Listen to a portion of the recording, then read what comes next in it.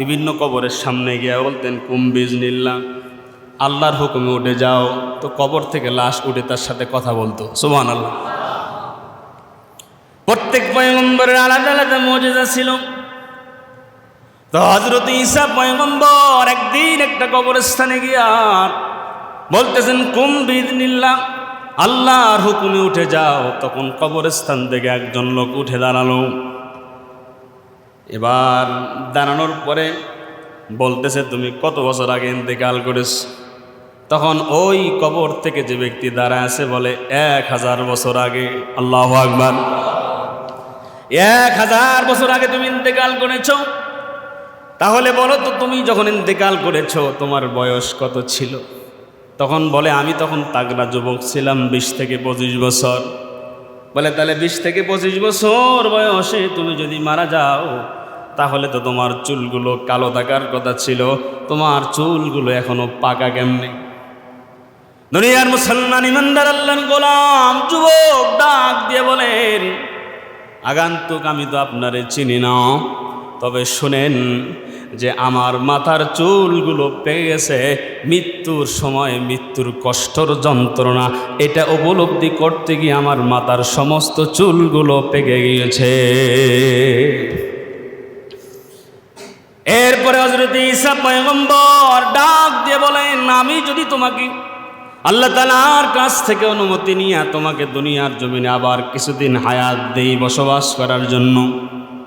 কত সুন্দর অফার বলতেছেন যে আমি যদি তোমাকে আল্লাহ তাআলার কাছ থেকে অনুমতি নিয়ে দুনিয়াতে আবার 2, 4, 5, 10 বছর যদি বসবাস করার জন্য সুযোগ করে দেই, তুমি কি বসবাস করবা?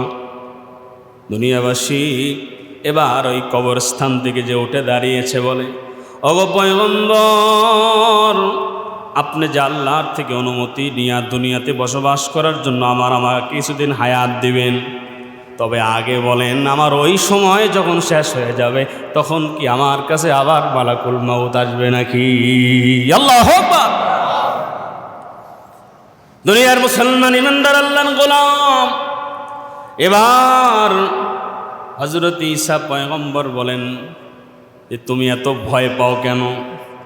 দুনিয়ার মুসলমান ইমানদার আল্লাহর গোলাম তখন বলতেছে, যদি আজরাইল আবার আমার কাছে আসে তো আমি এই দুনিয়াতে 100 বছর হায়াত দিলেও আর বাঁচতে চাই না।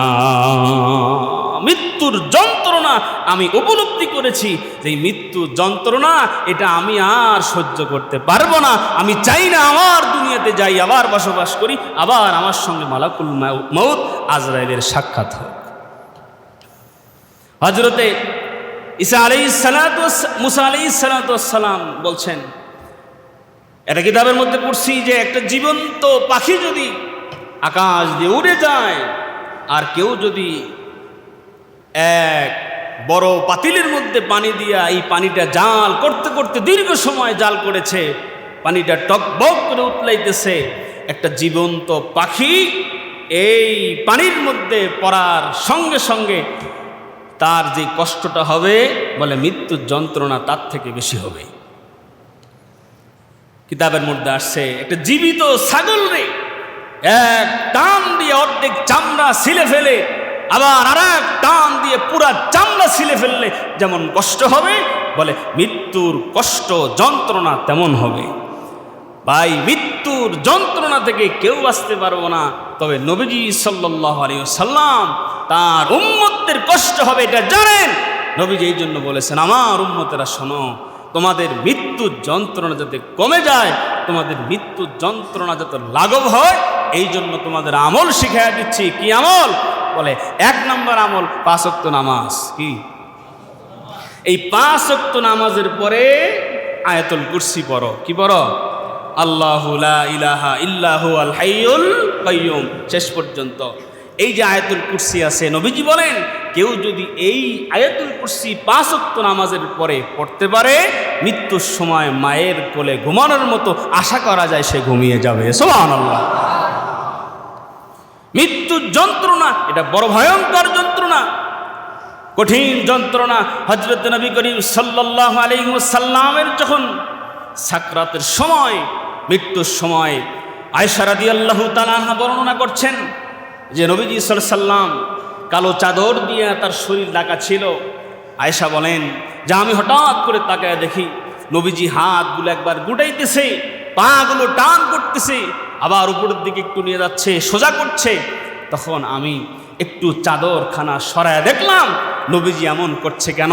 বলে আমি যখন চাদর সরালাম দেখলাম নবীজির প্রত্যেকটা পশমের গোড়া দিয়ে ঘাম ঝরতেছে। নবীজি সাল্লাল্লাহু আলাইহি সাল্লামকে আয়েশা বলেন, পয়গম্বর কি ব্যাপার, আপনি এমন করতেছেন কেন? বলে আমার জান কবজ করার জন্য আজরাইল আমার বুকের মধ্যে হাত রেখেছে, সে হাত রেখেছে, আমার মনে হয় আমার বুকের উপরে উহুদ পাহাড়টা রেখে দিয়েছে। নবীজির কষ্ট হয়েছে, কিন্তু নবীজি বলেন উম্মত তোমাদের যাতে কষ্ট না হয় আমি নবী আমল শিখালাম, আমল করো, আশা করা যায় মৃত্যুর সময় তোমার মৃত্যুর যন্ত্রণাটা কমে যাবে। সুবহানাল্লাহ।